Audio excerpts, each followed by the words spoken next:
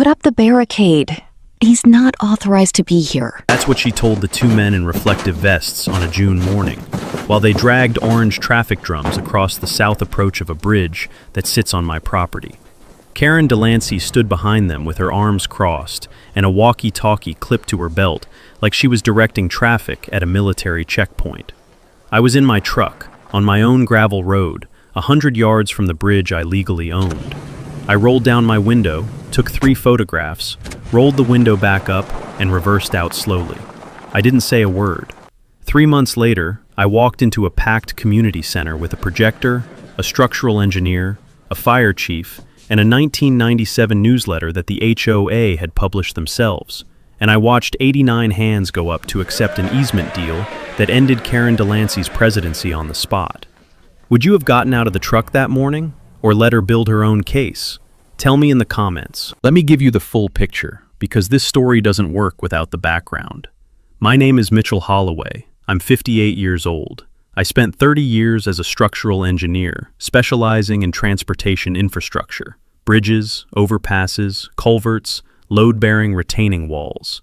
I worked for a consulting firm out of Knoxville that held contracts with the Tennessee Department of Transportation, and I personally inspected or signed off on more than 400 bridges across the eastern half of the state. I know bridges the way a cardiac surgeon knows hearts. Every material, every stress point, every way they fail. I retired early, not by choice exactly. My daughter Ellie was diagnosed with multiple sclerosis at 29. She was a veterinarian in Chattanooga, sharp and stubborn and full of plans, and the diagnosis took the floor out from under all of them. I moved closer to help. I cut my hours, then cut them again. Eventually, the firm and I agreed it was time. I was 55 and suddenly had more silence in my life than I knew what to do with. I started looking at land the way other men start looking at boats, as something big and quiet and far away from everything that hurts. My friend Don Shepard, a real estate attorney I'd worked with on right-of-way acquisitions for 20 years, called me one evening and said he'd found something worth looking at. A timber company called Ridgeview Forestry was liquidating its holdings in rural McMinn County, East Tennessee. They had a 2,400-acre parcel on the south bank of Tanner Creek, mixed hardwood forest, creek frontage, old logging roads, and a ridge with a 3-county view that would stop your heart. The timber had been selectively harvested over decades, so the canopy was still dense. The company was underwater on a loan and needed to move fast. I paid $620,000. Title was clean. The deed description ran 31 pages. I read every one of them because that's what I do. Now here's the piece that changes everything. In 1952, the original owner of the parcel, a man named Howard Tanner, whose family had logged that ridge since before the Civil War, built a steel truss bridge across Tanner Creek to connect his timberland with the county road on the north bank.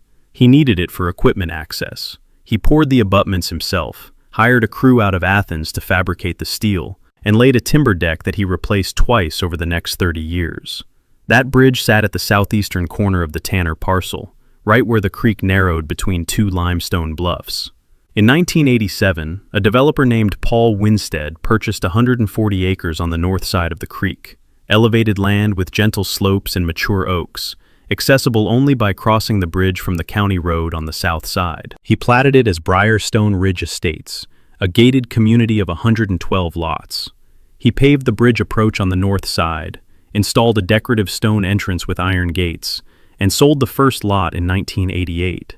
Nobody, not Winstead, not the HOA he established, not the 109 families who eventually bought homes there, verified who owned the ground the bridge was built on. The bridge sat on the south bank of the creek, on timber company land. When Ridgeview Forestry bought the Tanner parcel in 1996, the bridge came with it. When I bought the parcel from Ridgeview, the bridge came with me. I didn't know any of this when I signed the closing documents. I learned it 3 weeks later when Don Shepard called me on a Saturday morning.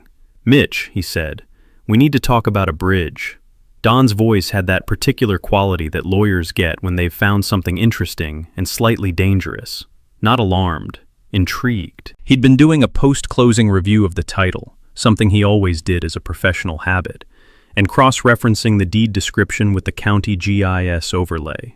The bridge appeared on the GIS map as Tanner Creek Bridge, private, It was labeled as a feature of the Briarstone Ridge development in the county's land use records, but the actual property lines told a different story. The bridge's south abutment, the deck span, and the north abutment approach, everything up to within 18 feet of the Briarstone Ridge property line, sat entirely on my parcel. Don pulled the original 1952 construction records from the county archive.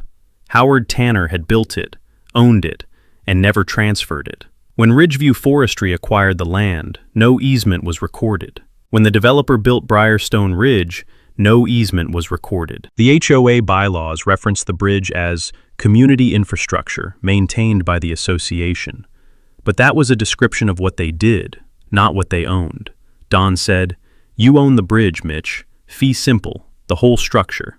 I asked him to repeat it. He repeated it. I told him I needed to think about it. And I did think about it, for about 2 weeks. I drove out to the property every few days, walked the old logging roads, started clearing a spot for a cabin site on the ridge.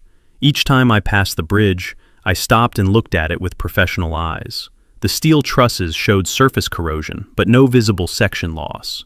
The timber deck had been replaced at some point, probably in the 1990s, with treated lumber that was starting to cup and split. The abutment concrete was original 1952 work, and honestly, it looked better than some bridges I'd inspected that were half its age. Howard Tanner had known what he was doing. The approach slabs, however, were a different story. Somebody, presumably the HOA, had poured asphalt approach pads on both sides at some point, and they were cracking badly. Drainage on the south approach was essentially non-existent. Water was pooling against the base of the south abutment, and had been doing so long enough to leave mineral staining on the concrete. That's how abutments fail. Slowly, then all at once. I hadn't said anything to anyone about the bridge ownership. I was still processing it. And then Karen Delancey showed up. It was a Wednesday morning in late May. I was parked at the south approach, on my property, examining the drainage issue with a tape measure and a notebook. Habits die hard. When the black Lexus appeared from the Briarstone side. She crossed the bridge, pulled up next to my truck, and got out. The clipboard introduction. The threat. The community infrastructure speech. I listened. I didn't argue. I told her my name and that I was the new owner of the Ridgeview parcel. She wrote it down on the clipboard like she was filing a report. "This bridge has been Briarstone property for 35 years, Mr. Holloway.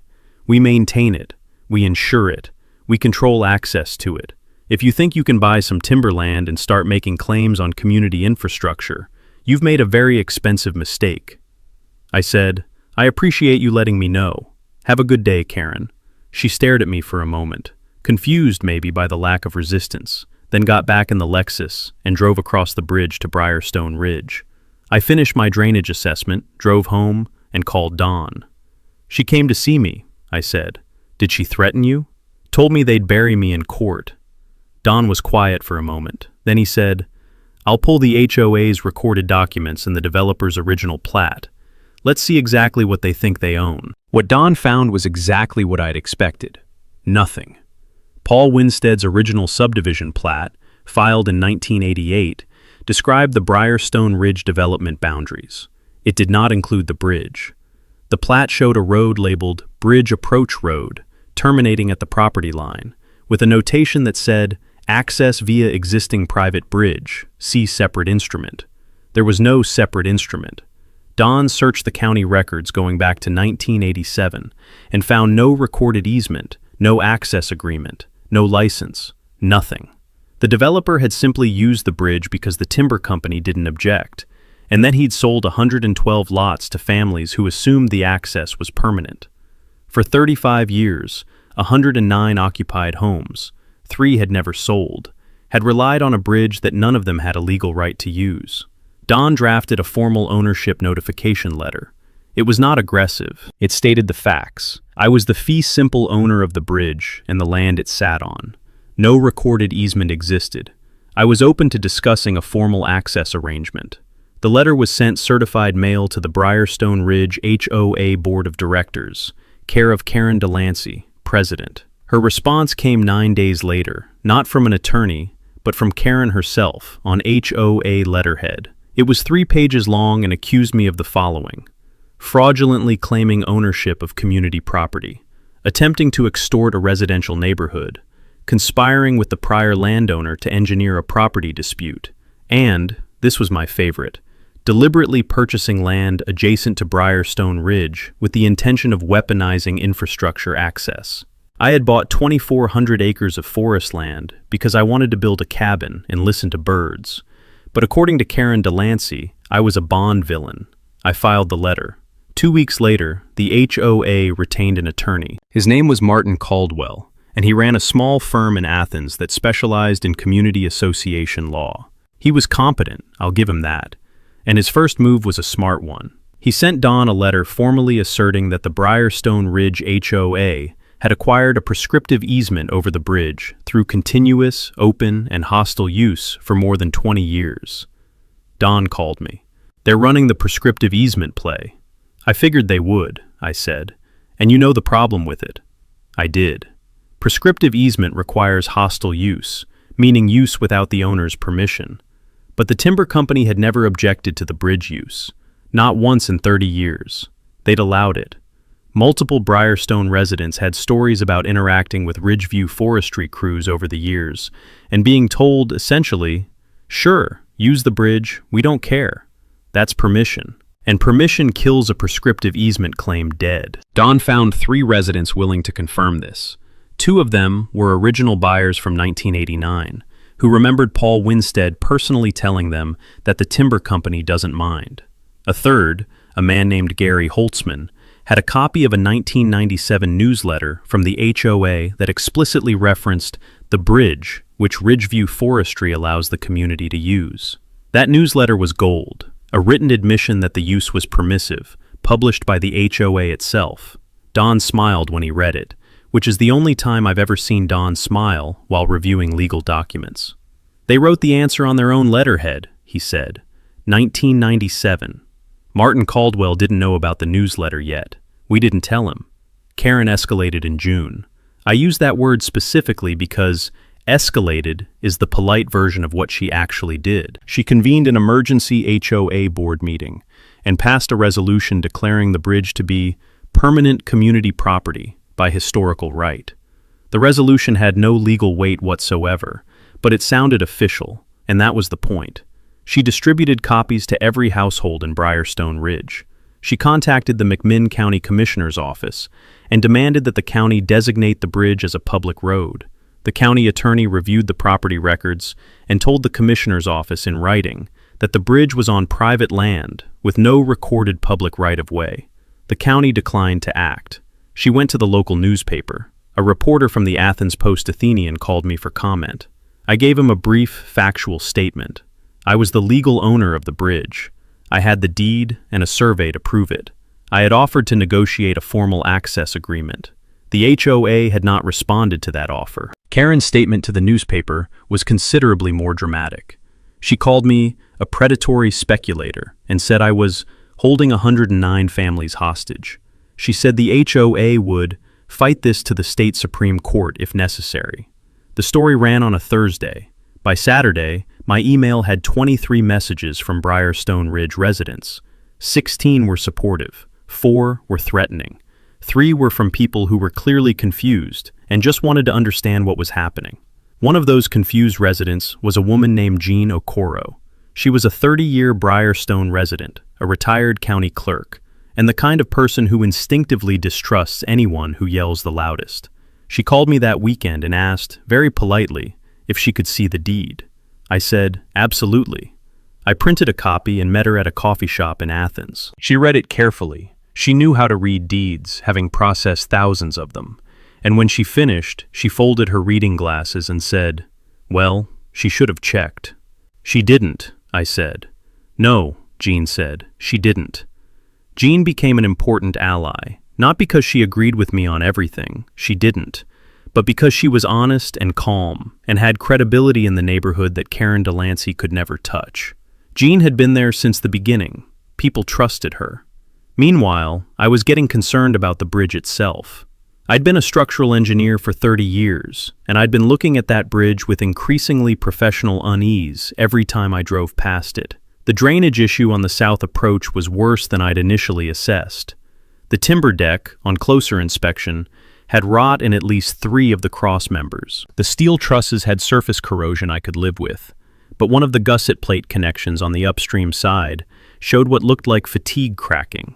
I wasn't going to guess. I called a colleague. Dr. Anand Krishnamurthy was the most meticulous bridge inspector I'd ever worked with. We'd overlapped for 8 years at the firm, and he'd since started his own inspection practice. I trusted his judgment completely. I hired him to do a full structural assessment of the Tanner Creek Bridge. He arrived on a Tuesday in July with a 2-person crew, a drone, and a portable ultrasonic testing unit. They spent a full day on the bridge. Anand crawled under the deck on a rope harness, which I found mildly terrifying despite the fact that I'd watched inspectors do this 1,000 times. Something about it being your own bridge changes the feeling. His report came a week later, and it confirmed what I'd feared.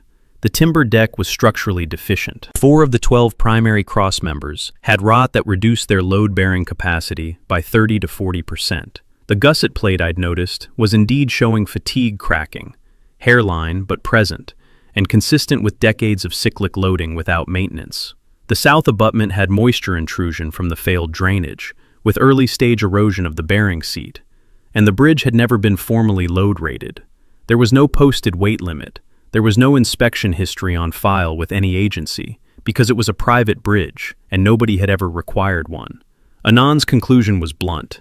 The bridge was not in imminent danger of collapse, but it was operating well below any reasonable safety margin. He estimated the deck would need full replacement within 2 to 3 years, and that a responsible owner should post a 10-ton weight limit immediately, pending repairs. He estimated the total cost of bringing the bridge to current AASHTO standards at $240,000. 10 tons.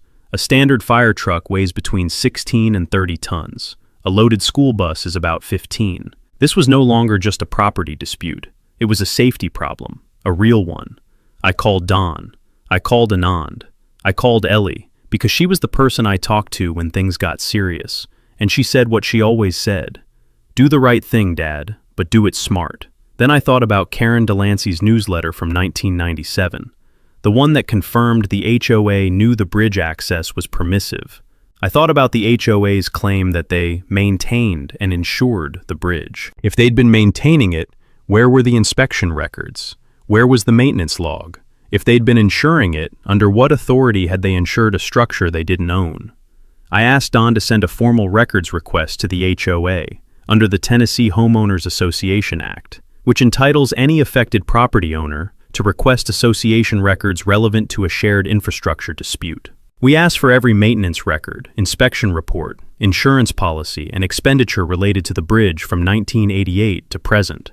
The response came 3 weeks later. It was thin. The HOA had spent a total of $14,000 on the bridge in 35 years. That's $400 a year. They had repaved the approach pads twice and painted the guardrails 3 times. There was no structural inspection on file, no maintenance log, no engineering assessment of any kind.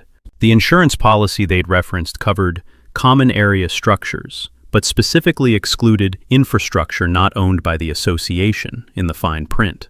They had been driving 109 families across an uninspected bridge with no load rating for 35 years, while telling those families it was maintained and insured. It was neither. I spread the documents across my kitchen table.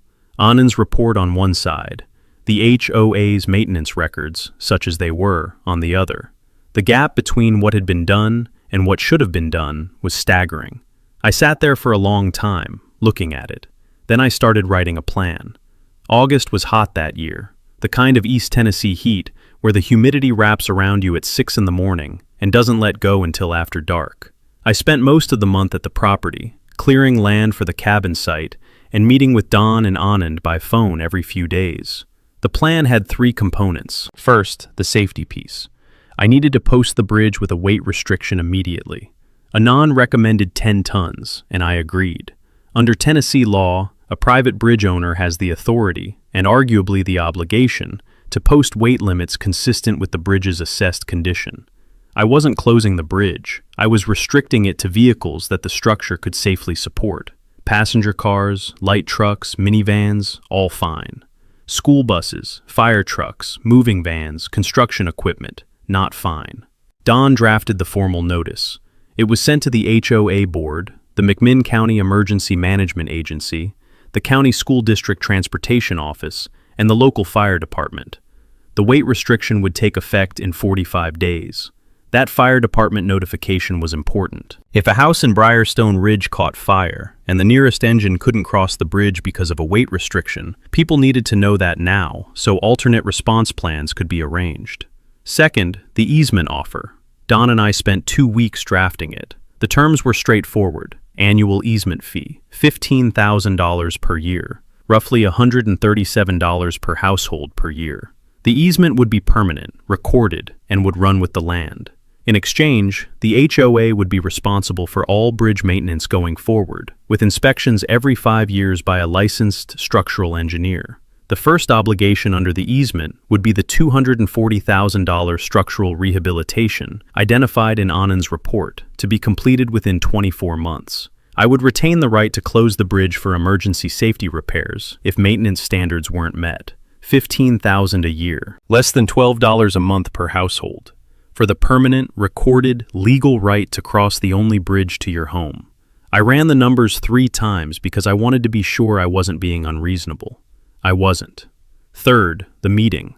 Under Tennessee HOA law, a capital expenditure exceeding $25,000 requires a vote of the full membership. $240,000 for bridge rehabilitation clearly qualified.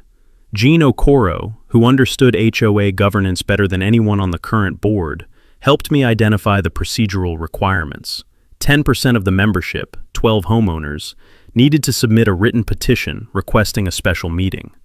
Gene had 13 signatures within a week. Karen Delancey was required by the bylaws to schedule the meeting within 60 days. She scheduled it for October 27th, as far out as the bylaws allowed, presumably to give Martin Caldwell time to find a legal argument that didn't collapse on contact with the 1997 newsletter. I spent September preparing. I built a presentation deck. I printed Anand's report, the deed, the survey, the HOA's own maintenance records, and the 1997 newsletter in bound packets, one for every household. I contacted Anand and asked if he would present his findings in person. He said yes. I also did something I hadn't expected to do. I called the McMinn County Volunteer Fire Department and spoke with the chief, a man named Russell Cartwright.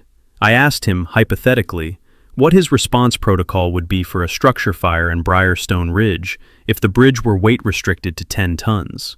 He was quiet for a moment. Then he said, "We'd have to stage on your side of the creek and run hose across the bridge on foot. Response time would go from 4 minutes to somewhere between 14 and 22 minutes, depending on conditions." "That's a long time," I said. "Yes, sir," he said. "It is." I asked him if he'd be willing to attend the membership meeting to explain that to the residents. He said he would. October arrived, and Karen made her move. Martin Caldwell filed the lawsuit on October 3rd, 24 days before the membership meeting.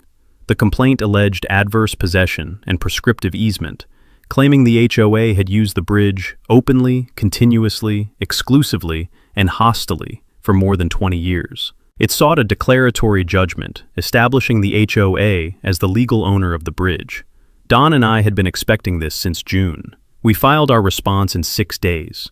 Attached to it were 4 sworn declarations. Jean Okoro stated that she had personally interacted with Ridgeview Forestry employees on multiple occasions and had never been told she was trespassing or unwelcome. Gary Holtzman submitted the 1997 newsletter, authenticated by his own sworn statement. 2 other original Briarstone residents confirmed that the developer, Paul Winstead, had explicitly told them the timber company didn't mind the bridge use. And then Don filed the newsletter itself as Exhibit D, the one that said, in the HOA's own words, published to the entire membership, that Ridgeview Forestry allows the community to use the bridge. Permissive use, written, dated, published by the HOA. Adverse possession requires hostile use without the owner's permission. The HOA had publicly acknowledged that they had permission. Their own newsletter destroyed their own legal theory. Martin Caldwell called Don 3 days after we filed the response. Don said the conversation was brief and professional, and that Caldwell sounded like a man who had just realized his client had handed him a grenade with the pin already pulled. But the lawsuit served Karen's real purpose, which was theater. She posted in the Briarstone Ridge private Facebook group. I was getting screenshots from Jean by this point, claiming the lawsuit was progressing strongly and that Martin Caldwell was confident. She told residents the membership meeting on October 27th was unnecessary and potentially harmful to our legal position. She urged people not to attend. Jean Okoro posted a response. It was 3 sentences long. The meeting was petitioned under the bylaws by 13 homeowners. It is legally required. I will be there, and I hope you will too. 47 people liked Jean's post. Karen's post got 9. On October 19th, 8 days before the meeting, someone left a typewritten note under the windshield wiper of my truck, which had been parked at my cabin site. The note said, "Leave Briarstone alone or face the consequences." I didn't know who left it. I photographed the note, the truck, and the surrounding area. I filed a police report with the McMinn County Sheriff's Department. I installed 2 trail cameras on the approach road. I told Ellie about it that night on the phone. She was quiet for a long moment, then said, "Are you safe?" "I'm a 58-year-old man with a deed and a good attorney," I said. "I'm fine." "Dad." "I'm fine, Ellie." The morning of October 27th was cold and clear. First real cold snap of the fall. I drove out early, parked at the cabin site, and walked down to the creek in the dawn light.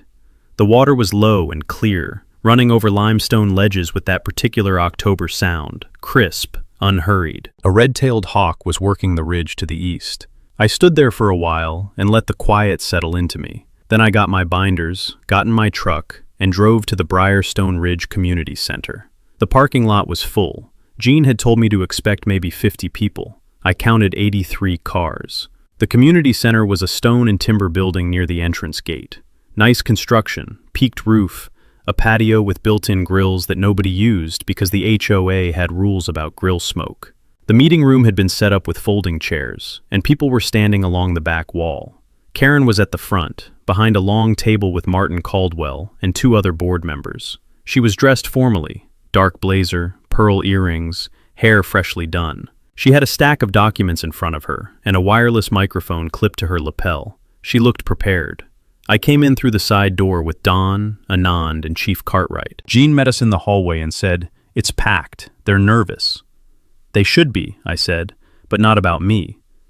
The meeting was called to order at 7 o'clock by the board secretary, a young man named Trevor Sims, who clearly wished he'd never volunteered for the position. The agenda had one item: discussion and vote on bridge access and structural rehabilitation. Karen had tried to limit the agenda to legal strategy update, but Jean's petition had specified the actual topic, and the bylaws required it. Karen took the floor first. She spoke for 20 minutes.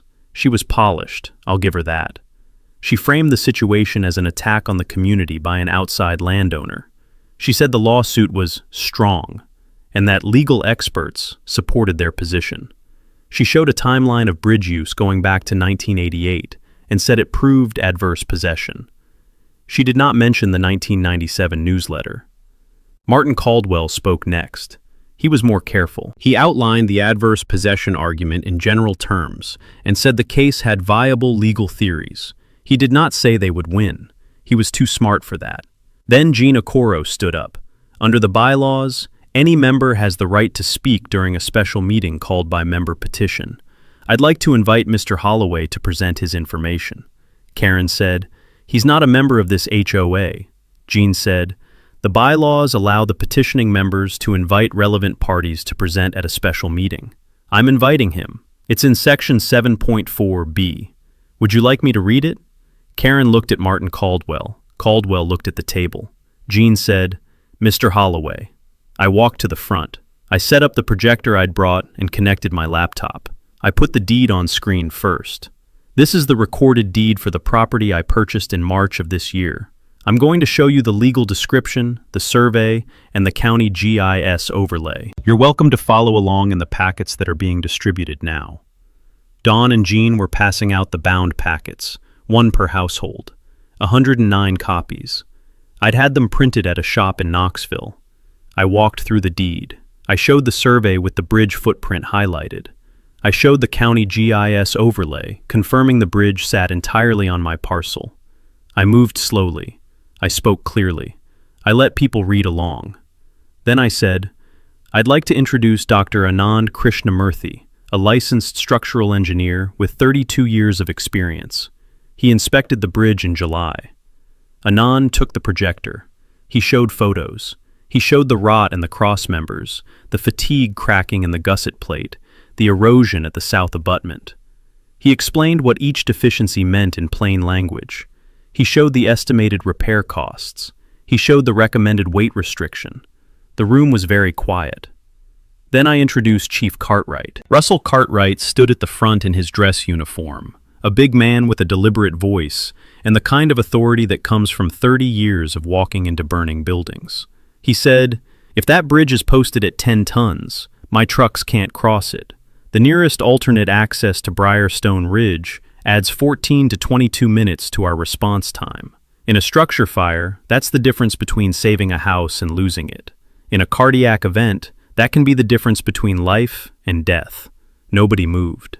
I walked back to the projector. I put up the easement terms. I went through each one: the annual fee, the repair obligation, the maintenance schedule. $15,000 a year, split among 109 households, is $137 per home per year, $11.42 per month. The structural repair is $240,000. Your reserve fund currently holds $268,000. This is solvable, tonight. Then I said one more thing.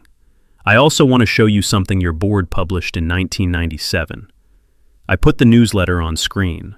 The relevant sentence was highlighted. Ridgeview Forestry allows the community to use the bridge. I let it sit there. The room read it. The lawsuit your board filed claims you used this bridge hostilely, without the owner's permission.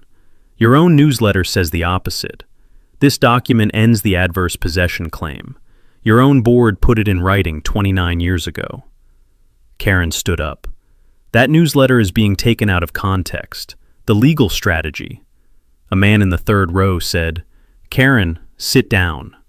She didn't sit down. "This is my meeting, and I..." Gina Coro said, "Karen, sit down." Karen sat down. The vote was called. 89 to 14.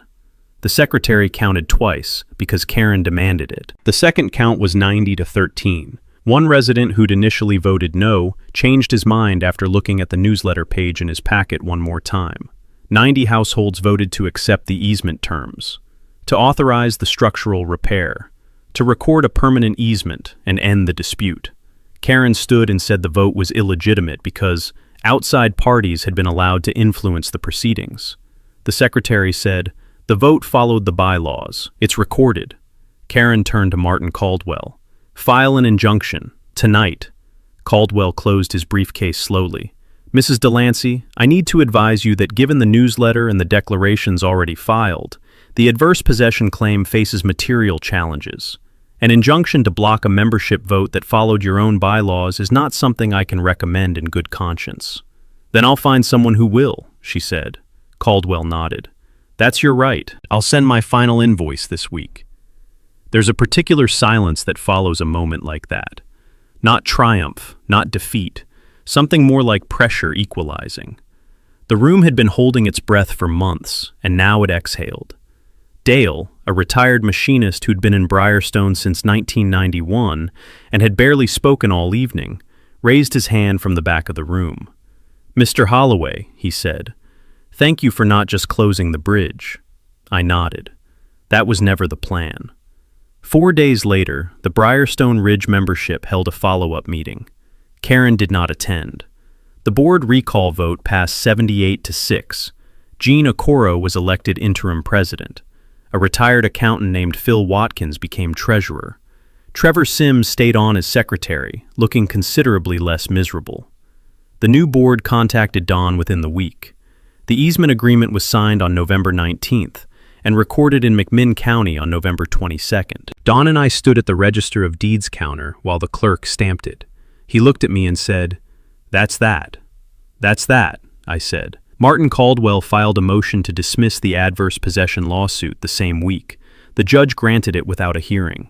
Karen retained a new attorney in December, a litigator from Chattanooga, and filed a personal lawsuit against me, alleging defamation and tortious interference with association governance. Don reviewed it, drafted a response citing Tennessee's anti-SLAPP statute, and sent Karen's attorney a letter explaining that every statement I had made was either a documented fact or a clearly stated opinion, and that pursuing the case would result in fee shifting. The lawsuit was withdrawn in February. The bridge rehabilitation began in March. Anand oversaw the project personally, which he didn't have to do but wanted to. He hired a specialty contractor out of Knoxville, a crew that had worked on historic bridges throughout Appalachia, and understood the difference between preservation and replacement. They replaced the timber deck with steel grating, repaired the gusset plate connections, re-poured the south abutment bearing seat, and installed proper drainage on both approaches. The bridge was closed for 19 days during the most intensive phase. The HOA arranged a temporary shuttle service across a gravel ford 2 miles upstream, Gene's idea, that worked well enough for passenger vehicles. A few residents grumbled, most understood. On the day the bridge reopened, Anand certified it at HS20 load rating, good for any standard vehicle, including fire trucks and school buses. Chief Cartwright drove a truck across it himself, slowly, with the kind of careful satisfaction that people who deal in safety bring to moments when safety is finally established. I was there that morning, standing on the south bank, watching the first cars cross. A woman in a sedan, a utility truck, then a yellow school bus that rumbled across the new steel deck with a sound like low thunder. And I watched it until it disappeared up the road into Briarstone Ridge, carrying somebody's kids to school on a bridge that was finally, properly, safe. With the $15,000 a year coming in from the easement, I did 2 things. First, I established a maintenance endowment through a local community foundation. Half the annual easement income, $7,500 a year, goes into a fund earmarked for bridge inspection and maintenance. When the fund reaches $50,000, the annual contributions will shift to a scholarship for McMinn County students studying engineering or environmental science. The scholarship will be named for Ellie. She argued with me about it for a week. I won because I'm her father, and I'm stubborn. Second, I placed 1,200 acres of the property, the old-growth ridge and the creek corridor, into a conservation easement with the Foothills Land Conservancy. No development, no commercial harvesting, just forest and water and wildlife, held in trust permanently. The Conservancy's director called it one of the most significant private conservation actions in McMinn County in a decade. The cabin is done. It's not much. Timber frame, metal roof, a porch that wraps the south and east sides and catches the morning sun. I built most of it myself, with help from a carpenter in Etowah who'd done post and beam work for 40 years and could notch a joint by eye that you'd need a computer to match. The view from the porch takes in the full sweep of the ridge, the creek bend, and on clear mornings, the haze of the Smokies on the eastern horizon. Ellie visited in April. She walked slowly. The MS makes distances harder than they used to be, but she made it to the creek, and she sat on a rock and put her feet in the water and laughed for the first time in months. That sound was worth more than any deed or easement or legal victory I've ever been part of. Gina Coro calls me every few weeks. The new board is running smoothly. The bridge maintenance schedule is on a 5-year inspection cycle. The reserve fund is being managed properly. She says the neighborhood is quieter, and she means it as the highest praise. Karen Delancey sold her house in June and moved to Chattanooga. I heard this from Gene, who heard it from the real estate agent. No forwarding drama, no final confrontation. She just left. I think about her sometimes, not with anger, with something closer to pity. She'd spent years building an identity around control, controlling the neighborhood, controlling the narrative, controlling who could cross a bridge she didn't own. And when the facts came out, all that control evaporated, because it had never been built on anything real. There's a lesson in that, not just for HOA presidents, but for anyone who confuses authority with ownership. You can maintain something, ensure something, control access to something, and talk about something as if it's yours for 35 years. And at the end of it, if your name isn't on the deed, you own nothing. I sit on my porch in the mornings now and drink coffee and watch the hawks work the ridge. The bridge is sound, the creek is clear, the forest is protected, and 109 families can get to work and get home and get their kids to school on a bridge that somebody finally took the time to make safe.